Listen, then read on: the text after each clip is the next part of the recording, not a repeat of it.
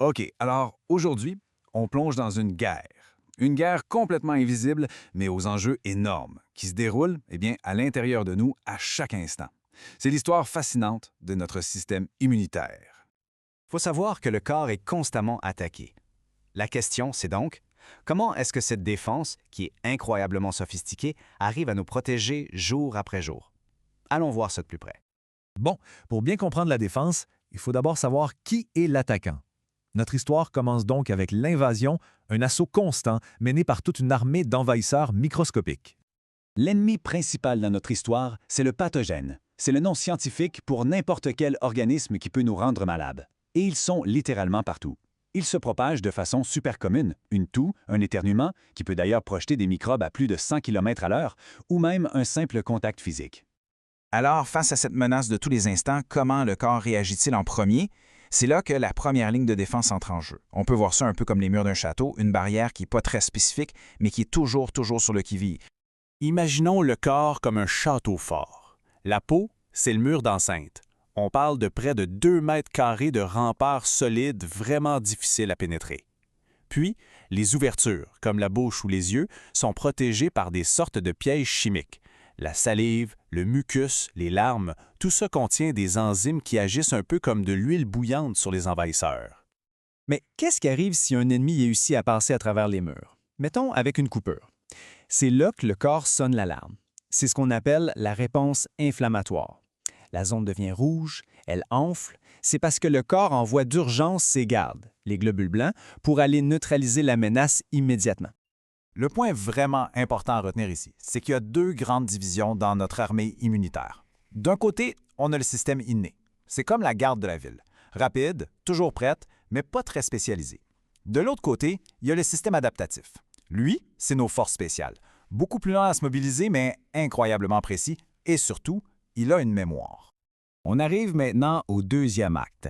Quand la garde de la ville est dépassée, il est temps de faire appel aux troupes d'élite, les forces hautement entraînées et spécialisées du système adaptatif.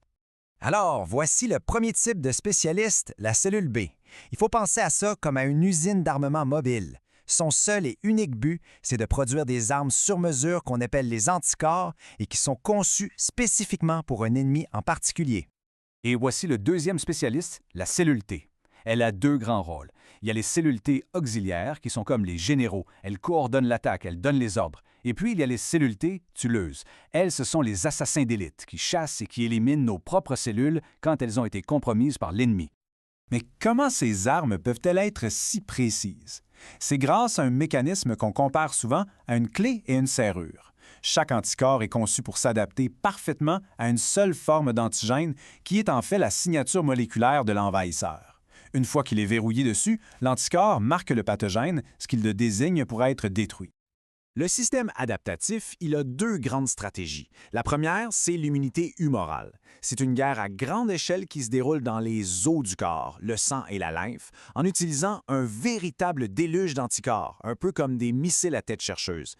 Le processus est vraiment fascinant. Tout commence avec une cellule B qui rencontre un ennemi. Elle est ensuite activée par une cellule T auxiliaire et là, elle se met à se multiplier pour lancer une contre-attaque massive tout en créant des archives pour le futur. OK, décortiquons ça en 3 étapes faciles. D'abord, l'activation. La cellule B identifie l'ennemi et elle reçoit le feu vert d'un général, la cellule T auxiliaire. Ensuite, la multiplication. Elle se clone des milliers de fois. Et finalement, le déploiement, la grande majorité de ces clones deviennent des usines à anticorps, alors qu'une petite partie deviennent des cellules mémoire, les gardiennes de notre immunité future. Mais qu'est-ce qu'on fait si l'ennemi n'est pas dans les fluides, mais qu'il s'est caché à l'intérieur de nos propres cellules, en les utilisant comme des boucliers? C'est là que la deuxième stratégie entre en jeu, l'immunité à médiation cellulaire. Ici, les anticorps ne peuvent rien faire parce que l'ennemi est caché.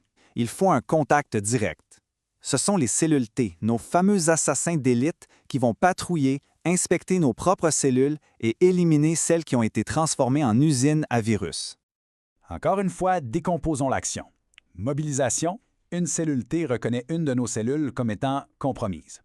Recrutement, les cellules T auxiliaires sonnent l'alarme et coordonnent une réponse super ciblée. Et enfin, l'élimination, les cellules T tueuses arrivent sur les lieux et en gros exécutent la cellule infectée proprement en la forçant à s'autodétruire pour contenir l'infection. On aborde maintenant la caractéristique la plus incroyable du système adaptatif, sa capacité non seulement à combattre, mais aussi à se souvenir. C'est le concept de la mémoire immunologique.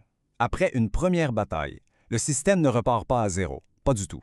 Il conserve des cellules mémoire, des sortes de vétérans qui se souviennent exactement de l'ennemi. Si ce même pathogène ose revenir, la réponse est tellement rapide et puissante qu'on ne tombe même pas malade.